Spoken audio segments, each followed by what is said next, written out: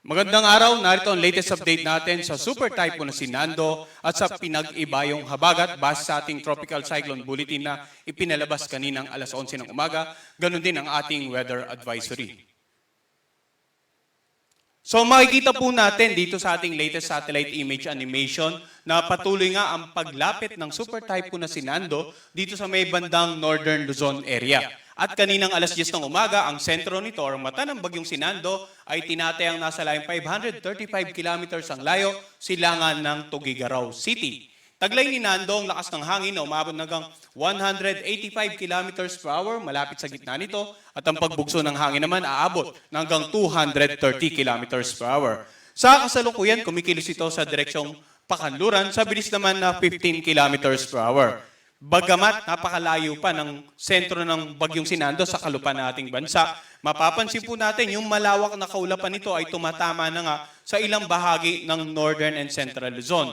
Samantala dito naman sa may bandang kanlurang bahagi ng Central at ng Southern Luzon at ng maging Visayas, mapapansin po natin yung mga ulap ng pinag-ibayong habagat or southwest monsoon. Kaya bukod po sa tropical cyclone bulletin ay nagpalabas din tayo ng tinatawag nating weather advisory patungkol sa ulan na dala ng bagyong si Nando at ng habagat. Ngayon, tingnan muna natin ano-ano po yung mga lugar na may tropical cyclone wind signal dahil nga sa patuloy na paglapit ni Nando sa Northern Luzon area. Sa ngayon po, lahat ng mga areas na may kulay dilaw ay inaasahan natin na or nakataas ang tropical cyclone wind signal number 2. Ang ibig sabihin, posibleng makaranas po ito ng malalakas na hangin mula 62 hanggang 88 kilometers per hour in the next 24 hours. So maaaring yung mga ibang lugar ditong naka-highlight ng yellow ay hindi pa nakakaranas, but asahan po natin yan within a 24-hour period. Ang mga lalawigan ng Batanes, ang Cagayan, kasama nga itong Babuyan Island, yung northern at saka eastern portion ng Isabela, itong bandang Apayao, eastern portion ng Kalinga, ito northern portion ng Ilocos Norte. So, ulitin po natin, no? Ang lead time ng tropical cyclone wind signal number 2 ay 24 hours or less. So, not necessarily may mararamdaman na lalong-lalo na dito sa mga areas na bandang kanluran na ng binanggit nating lugar na naka-highlight ng yellow. Subalit, kailangan po natin pagandaan. In the next 24 hours, posibleng maramdaman na po yan. Samantala, yung mga lugar naman na naka-highlight ng light blue, yan po yung mga lugar na sa ngayon ay may tropical cyclone wind signal number 1. Ano pong ibig sabihin nun? Ang lakas ng hangin mula 39 hanggang 61 kilometers per hour ay posibleng maramdaman in the next 36 hours or less. Malaki pa po ang palugit ng mga lugar na may wind signal number 1. No? So, makakapaghanda pa ng gusto yung mga kababayan natin dito sa natitirang bahagi ng Isabela, Quirino, Nueva Vizcaya, sa natitirang bahagi ng Kalinga, sa Abra, sa Mountain Province, sa Ifugao, sa Benguet, dito rin sa natitirang bahagi ng Ilocos Norte, sa buong Ilocos Sur, sa La Union, at wind signal number 1 din po sa Pangasinan, northern portion ng Zambales, northern and central portion ng Nueva Ecija, northern and central portion ng Tarlac at ng Aurora. So, magtaka po yung mga kababayan natin dito, no, na wind signal number 1 na pero wala pang nararanasan. Gaya nga po na nabanggit ko, ang palugit or lead time para maranasan yung kalakasan ng hangin na associated with wind signal number 1 ay 36 hours or less pa. Subalit sa mga susunod na bulletin natin, pwedeng ma-upgrade po yung mga wind signal habang patuloy na lumalapit yung bagyong si Nando dito nga sa may bandang Northern Luzon. Kaya dapat maging handa na ngayon pa lamang, maging handa na po yung mga kababayan natin dito sa Northern and Central Luzon. And as much as possible, makipag-ugnayan sa kanilang local government tsaka local DRR officials para po sa patuloy na gawaing pangkaligtasan. Ano naman inaasahan natin pagkilos ng bagyong si Nando in the next 3 to 5 days? So ito po yung analysis natin kaninang alas 8 ng umaga. Ang tinatayang sentro ni Nando ay napakalayo pa dito sa kalupaan ng ating bansa. At bukas ng umaga po, ay inaasahan natin na halos napakalapit na niya dito nga sa may bandang Babuyan Island. No? Tinatayang 170 kilometers na lamang layo silangan ng Calayan, Cagayan, bukas ng umaga. Sa darating naman na Martes ng umaga, inaasahan natin itong nakalabas na ng ating area of responsibility sa layong 385 kilometers west ng Basco, Batanes. So ang critical, in terms of pagtawid ng bagyo or pagdaan ng bagyo dito nga sa may bandang Dulong Hilagang Luzon, ay simula po bukas hanggang sa darating na Martes.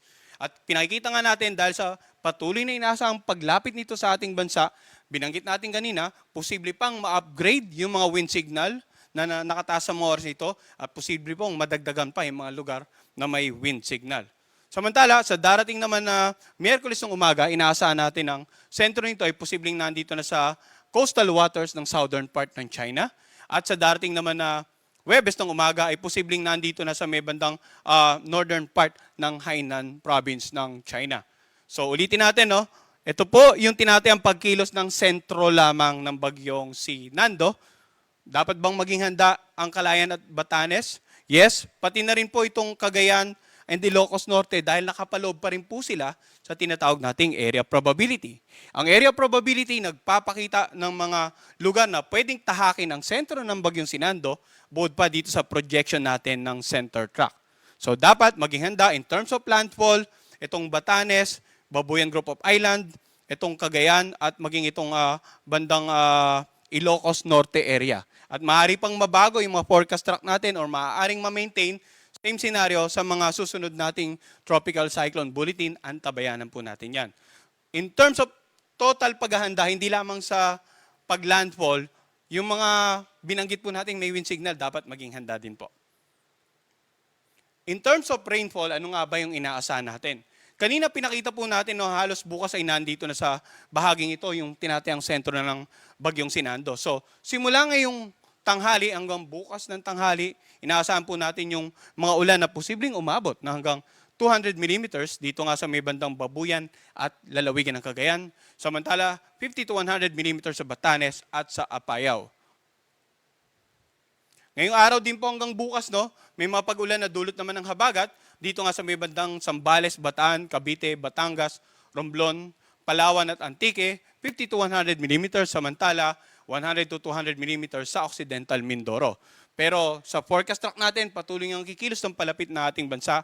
Kaya't simula naman bukas ng hapon hanggang sa darating na Martes ng hapon, mas maraming paulan na po ang inaasahan natin dito nga sa may bandang Batanes, dito sa may bandang Babuyan Island, Cagayan, Apayao, Abra at Ilocos Norte.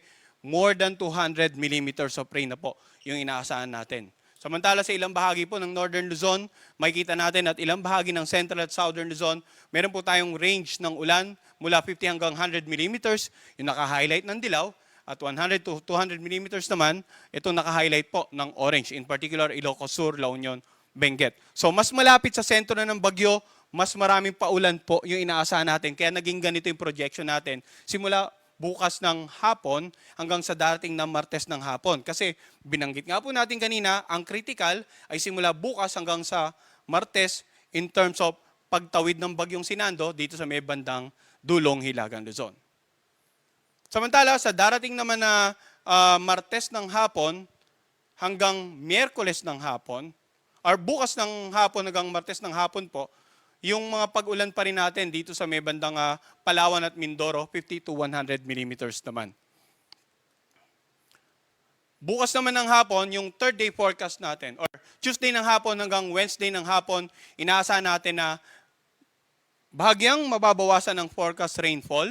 Wala na po tayong ibang kulay kundi sa dilaw sa mga lugar na previously naapektuhan ng bagyo sapagkat by Wednesday afternoon, inaasahan nga natin na tuluyan ng nakalabas ng PAR ang bagyong si Nando.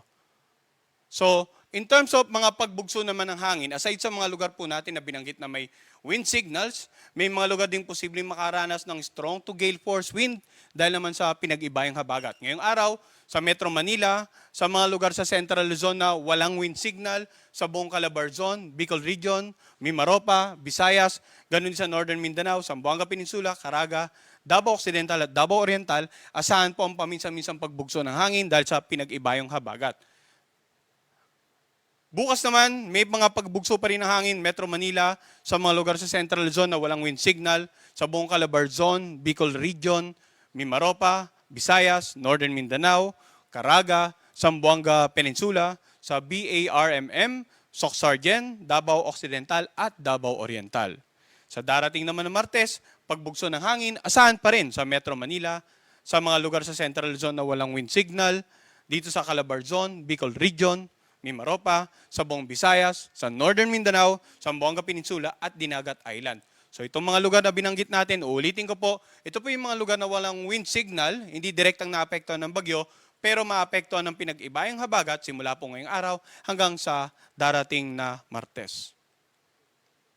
In terms of babala ng storm surge, ang pinalabas po nating storm surge warning kaninang alas 8 ng umaga, inaasahan po natin posibleng umabot ang mga wave height mula more than 3 meters dito sa mga lugar na naka-highlight ng red, no? That is the Batanes and the Babuyan group of island. Samantala, mula naman 2 to 3 meters dito sa ilang coastal waters ng northern at saka northeastern part ng Cagayan at maging dito sa bandang Ilocos Norte. At 1 to 2 meters naman dito sa may bandang northern part ng or eastern seaboard ng Ilocos Sur. So maaring madagdagan pa po, ma-upgrade pa yung forecast nating storm surge. At nabayanan din po ang susunod nating issuance ng ating storm surge warning. And basically, yung gale warning po natin sa mga lugar na may wind signal, sa mga lugar na walang wind signal, dapat po wag nang pumalawat ang anumang uri ng sakyang pandagat dyan sapagkat inaasahan po natin na magiging maalon hanggang sa napakalon, hanggang sa tuloy na nga makalagpas itong bagyong Sinando in the next 2 to 3 days. Ang lahat po ay pinapayang pa rin mag-monitor sa update ng Pag-asa hinggil sa bagyong Sinando at sa pinag-ibayang habagat. At yung mga lugar na may sa kasalukuyan may wind signal ay pinapayang pong patuloy na makipag-ugnayan sa kanilang local government at saka local disaster risk reduction managing officers para po sa patuloy na gawaing pangkaligtasan. Ang susunod po nating tropical cyclone bulletin ay ipapalabas mamayang alas 5 ng hapon. Yan po muna ang update mula dito sa Pag-asa Weather Forecasting Center. Magandang araw po sa kanilang lahat.